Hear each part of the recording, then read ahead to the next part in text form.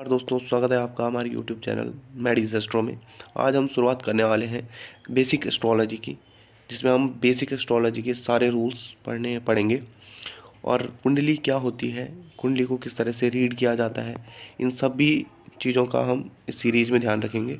और कुंडली में जो भी इम्पोर्टेंट चीज़ें हैं वो सारी चीज़ें हम डिस्कस करेंगे। तो इस सीरीज़ में हम शुरुआत से बेसिक से वीडियो बनाएंगे और आपको पूरी बेसिक एस्ट्रोलॉजी के बारे में जानकारी देंगे। उसके बाद आप जब ये पूरी वीडियोस देख लेंगे, उसके बाद आप आसानी से प्रेडिक्शन देने लग जाएंगे और धीरे धीरे आप समझने लग जाएंगे कि एस्ट्रोलॉजी एक्चुअल में है क्या और किस तरह से हमारी लाइफ को इम्पैक्ट करती है। तो देखिए, आज हम शुरू कर रहे हैं बिल्कुल बेसिक से कुंडली कि कुंडली क्या होती है, कुंडली में क्या भाव, कितने भाव होते हैं, राशिज़ क्या होती हैं, जो हमारे 12 राशियाँ हैं, 12 भाव हैं और 9 ग्रह हैं, वो हमारी लाइफ को किस तरह से इम्पैक्ट करते हैं और कुंडली में उनकी डिफरेंट डिफरेंट प्लेसमेंट्स किस तरह से हमारी लाइफ को इम्पैक्ट करती है, ये सब हम सीखेंगे इस सीरीज़ के अंदर। तो आज का वीडियो हम बना रहे हैं 12 भाव में, 12 भाव और 12 भाव के अंदर कौन कौन सी चीज़ें आती हैं जो कि हमारी लाइफ को डिफरेंट तरीके से इम्पैक्ट करती है। तो देखिए, शुरुआत करते हैं प्रथम भाव से। तो जो प्रथम भाव मैंने यहाँ पे 1 नंबर लिखा हुआ है, ये जो मैंने कुंडली बनाई है ये काल पुरुष की कुंडली है।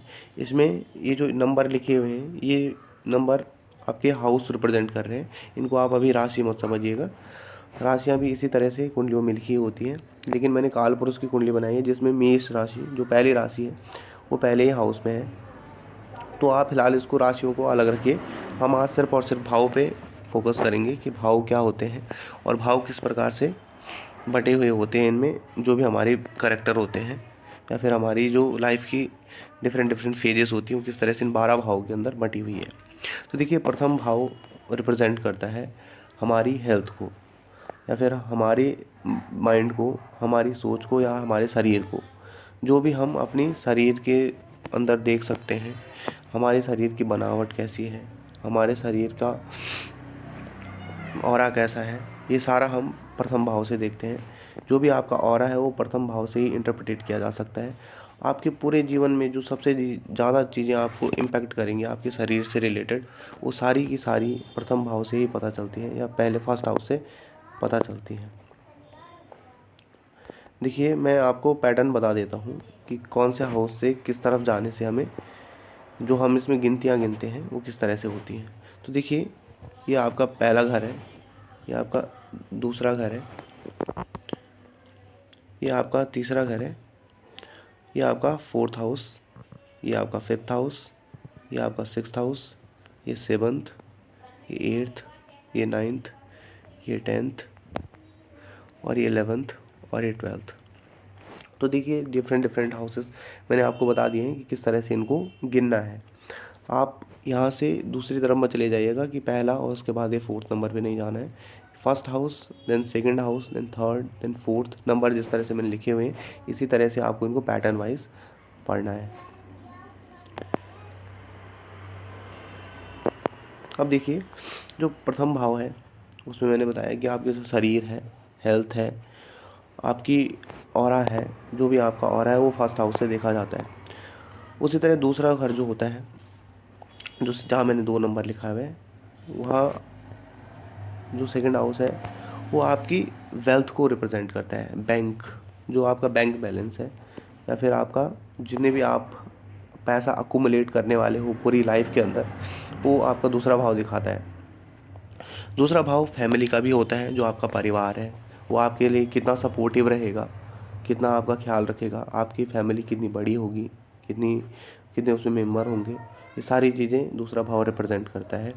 दूसरा भाव वाणी का भी होता है, जो भी आप कहते हो वो किस प्रकार से कहते हो, सामने वाले को किस तरह से अपनी वाणी को परसीव करते हो, दूसरा किस तरह से आपकी वाणी के लिए रिएक्शन देगा, ये सारा का सारा सेकंड हाउस पे डिपेंड करता है। अगर कोई सपोर्टिव ग्रह यहाँ पे बैठ जाए तो आपकी वाणी बहुत अच्छी हो सकती है, अट्रैक्टिव हो सकती है। लेकिन अगर यहाँ पे कोई ख़राब ग्रह बैठ जाए तो हो सकता है आप इस तरह से कुछ वर्ड बोलें बात करते टाइम जिससे सामने वाला हर्ट हो सकता है या फिर झगड़ा भी हो सकता है। इस प्रकार से आप यहाँ से जान सकते हो कि सेकंड हाउस में, सेकंड हाउस का क्या क्या इम्पैक्ट आ सकता है। वो अच्छा भी हो सकता है, बुरा भी हो सकता है, डिपेंडिंग अपॉन कि आपका कौन सा प्लैनेट यहाँ पे बैठा हुआ है और किस स्थिति में वो बैठा हुआ है। अगर बहुत अच्छी स्थिति में बैठा है तो आपकी वाणी इतनी अच्छी होगी कि आप किसी को भी अट्रैक्ट कर सको। तो दूसरा भाव वाणी, परिवार और जो आपका बैंक बैलेंस होता है या फिर जो अकुमुलेटेड मनी होती है वो दूसरा भाव दिखाता है। तीसरे भाव पे चलते हैं। तीसरा भाव कम्युनिकेशन का होता है, जो भी आप समाज के अंदर कम्युनिकेट करते हो, आपका कम्युनिकेशन किस तरीके का होगा। तीसरा भाव पराक्रम का होता है, जो आपका पराक्रम है, आप कितनी एफर्ट लगा सकते हो किसी काम करने में, कितना आपके अंदर पोटेंशियल है किसी काम को करने के लिए, वो आपका तीसरा भाव दिखाता है। तो तीसरा भाव में मेन जो आपके तीसरे भाव से रिलेटेड जो देश काल पात्र को ध्यान में रखते हुए वो है आपकी एफ़र्ट, आप कितना एफ़र्ट लगाओगे। अगर आपका तीसरे घर में बहुत अच्छे ग्रह बैठे हैं तो आप बहुत ज़्यादा अच्छे हार्ड वर्किंग नेचर के हो सकते हो। तीसरे घर में कम्युनिकेशन भी आता है, आपका कम्युनिकेशन कितना अच्छा होगा, आपकी कम्युनिकेशन से दूसरों पर किस प्रकार का प्रभाव पड़ सकता है, या फिर आपके कम्युनिकेशन से आप पैसा कितना अर्न कर सकते हो, या फिर जो भी आप कर सकते हो कम्युनिकेशन के थ्रू। आजकल क्योंकि वर्तमान में कम्युनिकेशन बहुत ज़रूरी हो गया है और कम्युनिकेशन से काफ़ी चीज़ें हो जाती हैं, जैसे मैनेजमेंट हो गया, तो मैनेजमेंट भी थर्ड हाउस से देखा जाता है। उसके बाद छोटे भाई जो होते हैं वो भी थर्ड हाउस से देखे जाते हैं, और आपके छोटे भाई कितने पावरफुल होंगे या फिर होंगे या नहीं होंगे ये तीसरे भाव से ही विचार किया जाता है। अब आ जाते हैं चौथे भाव पे। चौथा भाव आपकी कंफर्ट का है, जो आपकी सुख साधन है, लग्जरी, ज़मीन ज़मीन जायदाद जो भी आपके पास है, या फिर आपके वाहन हो गए, जैसे गाड़ी हो गई, कंफर्ट हो गए, या घर मकान, ये सारे आपके फोर्थ हाउस में आते हैं, जो भी आपकी कंफर्ट से रिलेटेड चीज़ें हैं। फोर्थ हाउस आपका ये भी रिप्रेजेंट करता है कि आपका समाज कितना बड़ा होगा, आप समाज से कितने घुलेंगे मिलेंगे, और आपका समाज में क्या एक इम्पैक्ट होगा, कितना इम्पैक्ट होगा कितना नहीं होगा, ये सारा फोर्थ हाउस से हम जानते हैं।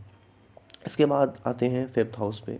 फिफ्थ हाउस रिप्रेजेंट करता है कि आपकी बच्चे कैसे होंगे, आपकी शिक्षा कैसी होगी, जो आप एजुकेशन ले रहे हो, आप कोई किसी भी स्ट्रीम से एजुकेटेड हुए हो, तो वो फिफ्थ हाउस से रिप्रेजेंट करता है। फिफ्थ हाउस हमारा फोकस भी रिप्रेजेंट करता है।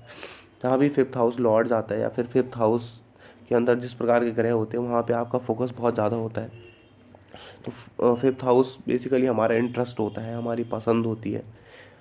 फिफ्थ हाउस लव अफेयर्स का भी होता है, जो आपके प्रेम संबंध होते हैं, आपको किस प्रकार की चीज़ें पसंद आएंगी, ये फिफ्थ हाउस रिप्रेजेंट करता है। फिफ्थ हाउस आपकी पूर्व पुण्य कर्मों का भी होता है, कि आपने जो भी पिछले जन्म में पूर्व में जो अच्छे काम किए हैं या ख़राब काम किए हैं, जो भी हैं आपके, वो सारे फिफ्थ हाउस में होते हैं। तो फिफ्थ हाउस से ही उनका विचार किया जाता है कि आपको किस तरह से आपके पुण्य कर्मों के फल मिलेंगे, कम मिलेंगे, ज़्यादा मिलेंगे, या फिर आपको पूर्व पुण्य कर्म के कम फल मिलेंगे या फिर मिलेंगे ही नहीं। ये सारी चीज़ें आपको फिफ्थ हाउस से पता चलती हैं। कैसे उनको इंटरप्रेट करना है हम आगे धीरे धीरे सीरीज में आप डिफरेंट डिफरेंट वीडियोस देखोगे तो आपके समझ में आते जाएंगे। इसके बाद आते हैं सिक्स्थ हाउस में। सिक्स्थ हाउस में जो होता है, इसमें सिक्स्थ हाउस को दुस्थाना हाउस कहा जाता है। दुस्थाना क्यों कहते हैं इसमें, क्योंकि आपको इसमें चीज़ें बहुत अच्छी नहीं मिलती हैं। इसमें आपका आता है रोग, जो बीमारियाँ हमें होती हैं। उसके बाद इसमें आते हैं कर्जे, जो हम डेप्ट लेते हैं, लोन्स लेते हैं। तो लोन्स की चीज़ें, अगर लोन्स कितना आएगा किसी के पास, किसी को मिलेगा या नहीं मिलेगा, क्या लोन्स की वजह से कोई डूब जाएगा, तो ये सिक्स्थ हाउस से विचार किया जाता है। सिक्स्थ हाउस को स्पेशली लोन, नौकरी और रोगों के लिए देखा जाता है कि आपको किस प्रकार के रोग होंगे। ऐसे रोग तो नहीं होंगे जो लंबे टाइम तक चलेंगे, या फिर आपको रोग होंगे या नहीं होंगे, आपके रोग कितनी जल्दी ठीक हो जाएंगे, या फिर कोई लंबी डिजीज़ आपको हो जाएगी, ये सिक्स्थ हाउस से देखे जाते हैं। इसीलिए इसको दुस्थाना हाउस कहते हैं। लेकिन इसमें एक दो चीज़ें अच्छी भी आती हैं जिनके बारे में बताना बहुत ज़रूरी है। इसमें आपकी नौकरियाँ आती हैं। आजकल देखिए एम्प्लॉयमेंट ऐसे बहुत मुश्किल हो गया है, तो जिसका सिक्स्थ हाउस पावरफुल होता है उसको आराम से एम्प्लॉयमेंट मिल जाती है। या फिर सिक्स्थ हाउस लग्न फर्स्ट हाउस के लॉर्ड के साथ कहीं कंजक्ट हो जाए तो उस इंसान को नौकरी करना बहुत ज़रूरी होता है, या फिर उसकी नौकरी आराम से लग जाती है। तो सिक्स्थ हाउस बहुत इम्पॉर्टेंट भी है, लेकिन इसमें कुछ ख़राब चीज़ें भी हैं। तो नौकरी हो गया, कंपटीशन हो गया, ये सिक्स्थ हाउस के अंदर आता है। अगर आप किसी कॉम्पिटेटिव एग्ज़ाम में कॉम्पिटेटिव एग्ज़ाम दे रहे हो तो उसमें सिक्स्थ हाउस का रोल बहुत ज़्यादा इम्पॉर्टेंट हो जाता है। इसके बाद बात करते हैं सेवन्थ हाउस। सेवन्थ हाउस जीवन साथी का होता है, जो भी आपकी वाइफ होगी। तो सेवन्थ हाउस से आप करेक्टर बता सकते हो आपकी होने वाली वाइफ की। और जो भी आपका पार्टनर है, कोई अगर आपका पार्टनर है, बिजनेस पार्टनर है, तो उसके बारे में भी यहाँ से पता लगा सकते हैं कि सेवन्थ हाउस में आपका किस प्रकार के ग्रह बैठे हैं और सेवन्थ हाउस किस तरह से आपकी लाइफ में एक्ट कर रहा है। तो पार्टनरशिप्स, वाइफ, या फिर आपका अपोजिट जो समाज है आपका, या फिर रोज़मर्रा की जो ज़िंदगी होती है, उसको भी सेवन्थ हाउस से देखा जाता है। सेवन्थ हाउस आपकी पार्टनरशिप और वाइफ के लिए मैक्सिममली जो बेसिकली देखा जाता है, वही इन्हीं चीज़ों के लिए मेन होता है। वाइफ को खासकर यहाँ पे सेवन्थ हाउस से देखा जाता है कि आपका जो लाइफ पार्टनर होगा वो कैसा होगा। इसका लॉर्ड भी देखा जाता है कि सेवन्थ हाउस लॉर्ड कहाँ गया है, अच्छा प्लेस है या नहीं है। लेकिन फ़िलहाल सेवन्थ हाउस आप इतना याद रखिएगा कि सेवन्थ हाउस से हम वाइफ या फिर हस्बैंड, जो भी आपका लाइफ पार्टनर है, और जो बिजनेस पार्टनर है, उसके करेक्टर या फिर उसकी कौन किस प्रकार की उसके अंदर एनर्जीज होंगी, ये हम सेवन्थ हाउस से इंटरप्रेट करते हैं। इसके बाद आते हैं एट्थ हाउस। ये आपका दूसरा दोस्ताना हाउस कहा जाता है। एट्थ हाउस में भी बहुत अच्छी चीज़ें नहीं होती हैं। इसमें आकस्मिक होने वाली चीज़ें हैं जो सडन हमारे लाइफ में हो जाती हैं। बेसिकली एट्थ हाउस को दुख स्थान कहा जाता है। यहाँ पे अगर कोई प्लेनेट चला जाए तो ज़रूर वो आपको कहीं ना कहीं किसी न किसी फेज में दुख ज़रूर देता है। तो ये दुख देने का काम करता है एट्थ हाउस। एट्थ हाउस में एट्थ हाउस को डार्क हाउस भी कहते हैं। यहाँ पे ऐसी चीज़ें होती हैं जो छिपी हुई चीज़ें होती हैं, रहस्य होते हैं। तो ज्योतिष भी एट्थ हाउस के अंदर ही आता है। अगर आप ज्योतिष के लिए इंटरेस्टेड हो तो डेफिनेटली आपका एट्थ हाउस में कोई ऐसा ग्रह बैठा है या फिर एट्थ हाउस लॉर्ड आपके साथ आपकी जो कुंडली में है वो बहुत अच्छा प्लेस है, जिस वजह से आप ज्योतिष की तरफ या तंत्र मंत्र की तरफ अट्रैक्ट हो रहे हो, तो एट्थ हाउस की वजह से ही होता है। एट्थ हाउस में हमारी आयु भी आती, एज भी आती है, और मृत्यु हाउस भी कहा जाता है, लेकिन वैसे ही इसको आयु भाव कहा जाता है। आपकी एज कितनी होगी वो एट्थ हाउस से ही पता चलती है। एट्थ हाउस बताएगा कि आपकी एज कितनी होगी, आपकी मृत्यु कैसे होगी, और कितनी लंबी आपकी आयु होगी, ये एट्थ हाउस से विचार किया जाता है। एट्थ हाउस में आपकी परेशानियां भी देखी जाती है कि लाइफ में आपको किस एरिया में आपको ज़्यादा स्ट्रगल करना पड़ेगा या फिर वहाँ पे आपको परेशानियाँ आएंगी, ये एट्थ हाउस से देखा जाता है। इसके बाद आते हैं नाइन्थ हाउस। नाइन्थ हाउस को भाग्य स्थान कहा जाता है। यहाँ पे आपके लक, जो भी आपका लक है उसके बारे में विचार किया जाता है कि नाइन्थ हाउस कि आपका लक कैसा है, आपके पिता कैसे होंगे, फादर। एक चीज़ मैं भूल गया था, फोर्थ हाउस में माता के बारे में भी जाना जाता है कि आपकी माता कैसी होगी। और यह आपका नेटिव प्लेस भी होता है जहाँ आपका जन्म हुआ है, फोर्थ हाउस। उसी तरह नाइन्थ हाउस पिता का घर होता है। टेंथ हाउस को भी पिता का घर माना जाता है, लेकिन नाइन्थ हाउस को भी पिता का घर माना जाता है कि आपके फादर कैसे होंगे, आपके फादर की पोजीशन कैसी होगी। आपके फादर के बारे में अगर करेक्टर बताने हो तो नाइन्थ हाउस से रिलेटेड आप करेक्टर बता सकते हो। नाइन्थ हाउस में आपकी लॉन्ग डिस्टेंस ट्रैवल भी आते हैं, जिसमें आप लंबी यात्राएं करते हैं या फिर कोई ऐसी यात्रा जिसमें समुद्र पार होते हैं। इस प्रकार की यात्राएं भी नाइन्थ हाउस में आती हैं। इसके बाद हम आते हैं टेंथ हाउस में। टेंथ हाउस हमारा कर्म स्थान होता है। यहाँ से पिता के बारे में विचार किया जाता है, यहाँ से आपके कर्मों के बारे में विचार किया जाता है। जो भी आप इस ज़िंदगी में या पूरी लाइफ के अंदर काम करने वाले हो, उसमें टेंथ हाउस का पूरा इम्पैक्ट रहेगा कि आप किस तरह से काम करते हो। आपका जो भी काम है वो टेंथ हाउस रिप्रेजेंट करता है। टेंथ हाउस के अंदर आपकी अथॉरिटी देखी जाती है कि आप कितने बड़े पद पे जाओगे, आपके पास कितनी पावर होगी, जीवन में कितनी पावर आप अटेन करोगे, या फिर आपके अंदर कौन कौन सी शक्तियाँ हैं जो आपको पावर अटेन करने में हेल्प करेंगी। ये हमारा टेंथ हाउस बताता है। इसके बाद आते हैं इलेवेंथ हाउस। इलेवेंथ हाउस को हम इच्छा पूर्ति का स्थान कहते हैं।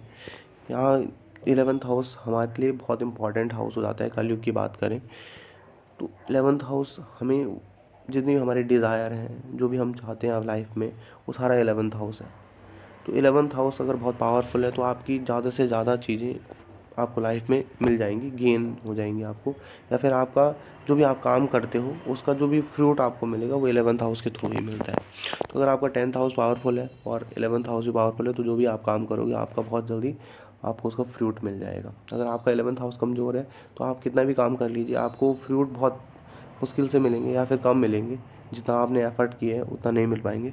तो इलेवेंथ हाउस का पावरफुल होना बहुत ज़रूरी है। तो इलेवेंथ हाउस से हम विचार करते हैं बड़े भाई का, हमारी गेम्स का, जो भी हमें इनकम होगी। जो सेकंड हाउस मैंने बताया था आपको कि बैंक बैलेंस का है, लेकिन 11th हाउस आपका इनकम का है। इनकम के बाद आप कितना बचाते हो वो सेकंड हाउस है, लेकिन हमारा कितना हमारे पास आ रहा है उसके बाद हम उसमें से कितना बचाते हैं वो सेकंड हाउस, लेकिन आ कितना रहा है वो 11th हाउस है। बड़े भाई का घर भी 11th हाउस माना जाता है, और इसको कुछ छोटी छोटी बीमारियों का घर भी कहते हैं। लेकिन जो मेन आपका अभी जानने की बात है वो ये है कि 11th house is a gain house. यहाँ से आपको कुछ ना कुछ मिलेगा। पैसा पैसा जो आप कमाते हो, इनकम जितनी भी आपकी होती है वो सारा 11th हाउस है। और जो आपके बड़े भाई हैं उनका भी विचार 11वें घर से ही किया जाता है। 11वां घर आपके बड़े भाई का भी होता है। तो अगर आपका 11th हाउस पावरफुल हो तो डेफिनेटली आपका बड़ा भाई होगा या बड़ी बहन होगी, या और उनके थ्रू भी आपको क्या हो सकते हैं, गेन हो सकते हैं। उसके बाद आता है 12th house. 12th house is the house of loss. आध्यात्म का भी हाउस माना जाता है 12th हाउस। यहाँ पे आपके दान आते हैं, हॉस्पिटल्स आते हैं, जहाँ पे भी मतलब आपका पैसा जाएगा या फिर आपका वक्त जा रहा है, वो सारा 12th हाउस रिप्रेजेंट करता है। यहाँ पे आपकी नींद भी देखी जाती है 12th हाउस से। आपको किस प्रकार की नींद आती है। अगर नींद किसी को कम आ रही है तो ज़रूर आपके 12th हाउस में प्रॉब्लम है। 12th हाउस में कोई ख़राब करे बैठा है या फिर दृष्टि गलत करेगी है, तो 12th हाउस इस तरह से एक्ट करता है। 12th हाउस रिप्रेजेंट करता है लॉसेस, दान पुण्य, जो भी आप दान करते हो, कहीं ना कहीं जो चीज़ें आपसे दूर जा रही हैं वो सारी 12th हाउस के अंदर आती हैं। और आपका सेक्सुअल प्लेजर्स जो होते हैं, बेड बेड बेड जो बेड के ऊपर जो भी आपका कार्य होते हैं, सोना सोना हो गया, सेक्सुअल प्लेजर्स हो गए, वो भी 12th हाउस के अंदर ही आते हैं। अगर 12th हाउस किसी का ख़राब हो रखा है तो सेक्सुअल प्लेजर्स मिलने में प्रॉब्लम्स होती हैं, और नींद आने में प्रॉब्लम होती है। और ये आपकी बाईं आँख को भी दिखाता है, तो बाईं आँख में भी प्रॉब्लम्स होने के चांस होते हैं। वैसे सेकंड हाउस आपकी दाईं आँख दिखाता है। पर बॉडी का स्ट्रक्चर हम अगले वीडियो में दिखाएंगे कि आपके बॉडी के पार्ट कौन कौन से आते हैं। लेकिन आपको अभी 12th हाउस में ना याद रखना है कि जो भी चीज़ें हमसे दूर जाती हैं या फिर जिन चीज़ों का हम लॉस करते हैं वो सारा 12th हाउस के अंदर आता है। तो देख लीजिए, मैं एक बार जल्दी से रिवाइज कर देता हूँ कि फर्स्ट हाउस में क्या आता है और 12th हाउस तक क्या जाता है। तो ये फर्स्ट हाउस हमारी बॉडी का है, शरीर। इसमें हम अपनी हेल्थ के बारे में देखेंगे। ऑरा कैसा होगा हमारा, पावरफुल ऑरा होगा, लोग अट्रैक्ट होंगे कि नहीं होंगे, या फिर हमसे लोग दूर भागेंगे, ये फर्स्ट हाउस से देखा जाता है। सेकंड हाउस हमारी वाणी का होता है, फैमिली का होता है, और हमारे फाइनेंस का होता है, जो पैसा एक्सेट्रा हमारे पास होता है, बैंक बैलेंस। थर्ड हाउस हमारी कम्युनिकेशन का, पराक्रम का, एफर्ट हम कितनी लगाएंगे। और थर्ड हाउस हमारा होता है शॉर्ट डिस्टेंस ट्रैवल, जैसे हम छोटी छोटी यात्राएं करते हैं, वो थर्ड हाउस के अंदर आती है। फोर्थ हाउस मदर का होता है, हमारी ज़मीन का होता है, हमारी लग्जरीज़ का होता है, गाड़ी हो गया, गाड़ी घोड़ा मकान, ये सारी चीज़ें फोर्थ हाउस के अंदर आती है। और हमारा समाज भी फोर्थ हाउस के अंदर आता है। अगर आपके मेजर प्लेनेट फोर्थ हाउस में बैठे हैं, अच्छे अच्छे प्लेनेट फोर्थ हाउस में बैठे हैं, तो आपको कंफर्ट मिलेगा, आपके समाज के अंदर प्रतिष्ठाएं बढ़ेंगी, समाज आपसे जुड़ा हुआ रहेगा, या फिर समाज के अंदर आपकी पावरफुल कंडीशन रहेगी। फिफ्थ हाउस आपकी शिक्षा का, आपके लव अफेयर्स का, आपकी पसंद का, जो आपकी पसंद है, और आपके पूर्व पुण्य कर्मों का है। सिक्स हाउस रोग, रिपु, ऋण, जो भी आपके रोग हैं, बीमारियाँ, कर्जे, और आपकी जो नौकरी है, ये भी सिक्स हाउस से देखी जाती है। Seventh house life partner, business partner, और जो डेली रोज़मर्रा की ज़िंदगी है आपकी, वो सेवन्थ हाउस से देखी जाती है। एट्थ हाउस आपकी परेशानियों का घर है। यहाँ से आपको ज्योतिष भी देखने को मिलेगा, तंत्र मंत्र की शिक्षाएँ जो होती हैं वो एट्थ हाउस से देखी जाती है। जो भी चीज़ आपकी ज़िंदगी में छिपी हुई है, रहस्य है, पूरी दुनिया के जो है रहस्य हैं, वो सारे एट्थ हाउस से ही देखे जाते हैं। आपके जीवन के जो रहस्य हैं वो एट्थ हाउस से देखे जाएंगे। आपके जीवन में कितने रहस्य हैं, आप कितने इंटरेस्टेड हैं रहस्यों को जानने में, ये सारे एट्थ हाउस रिप्रेजेंट करता है। नाइन्थ हाउस फादर का हाउस है, भाग्य स्थान है। आपका लक कितना पावरफुल होगा, आप किस तरह से आपका भगवान आपको सपोर्ट करेंगे डिफरेंट डिफरेंट कंडीशंस में, वो नाइन्थ हाउस से देखा जाता है। इसमें आपको लॉन्ग डिस्टेंस ट्रैवल हो गया, और आपकी जो धर्म हो गया वो भी नाइन्थ हाउस के अंदर आता है। टेंथ हाउस के अंदर आपकी अथॉरिटी, आप कितने बड़े पद पे जाओगे, आपका काम किस तरह का होगा, जो भी आपका कर्म क्षेत्र है उसके जो एनर्जीज़ है, इन्वामेंटल एनर्जीज़ है, वहाँ पे आपके कार्य में कौन कौन सी चीज़ें हो सकती हैं, वो सारा टेंथ हाउस से देखा जाता है। 11th हाउस गेन होते हैं, जो भी आप काम कर रहे हो उसका फ्रूट आपको क्या मिलेगा, बड़े भाई आपके 11th हाउस से देखे जाते हैं। और 12th हाउस लॉसेस का है, जो भी आप लॉस करते हो, पैसा खर्च कर रहे हो, एक्सपेंस कर रहे हो, या फिर जो खर्चे होते हैं आपके वो भी सारे 12th हाउस से ही देखे जाते हैं। सो अब मैंने आपके कवर किए first to 12th house astrology के। इसके बाद हम अगली वीडियो में देखेंगे राशि कौन कौन सी होती हैं और राशि किस तरह से हाउसेस में प्लेस होती हैं। तो हमने आज हाउसेस के बारे में देखा, अगली वीडियो में राशि के बारे में देखेंगे। उसके बाद हम ग्रहों के बारे में देखेंगे कि हमारी डिफरेंट डिफरेंट राशि में ग्रह किस प्रकार से प्लेस होते हैं और डिफरेंट डिफरेंट हाउसेस में ग्रह जब आते हैं तो किस तरह का रिजल्ट देते हैं, या फिर जब एक हाउस का लॉर्ड दूसरे हाउस में जाता है तो किस प्रकार से एनर्जी का एक्सचेंज होता है। ये सब हम उस वीडियो में उन वीडियो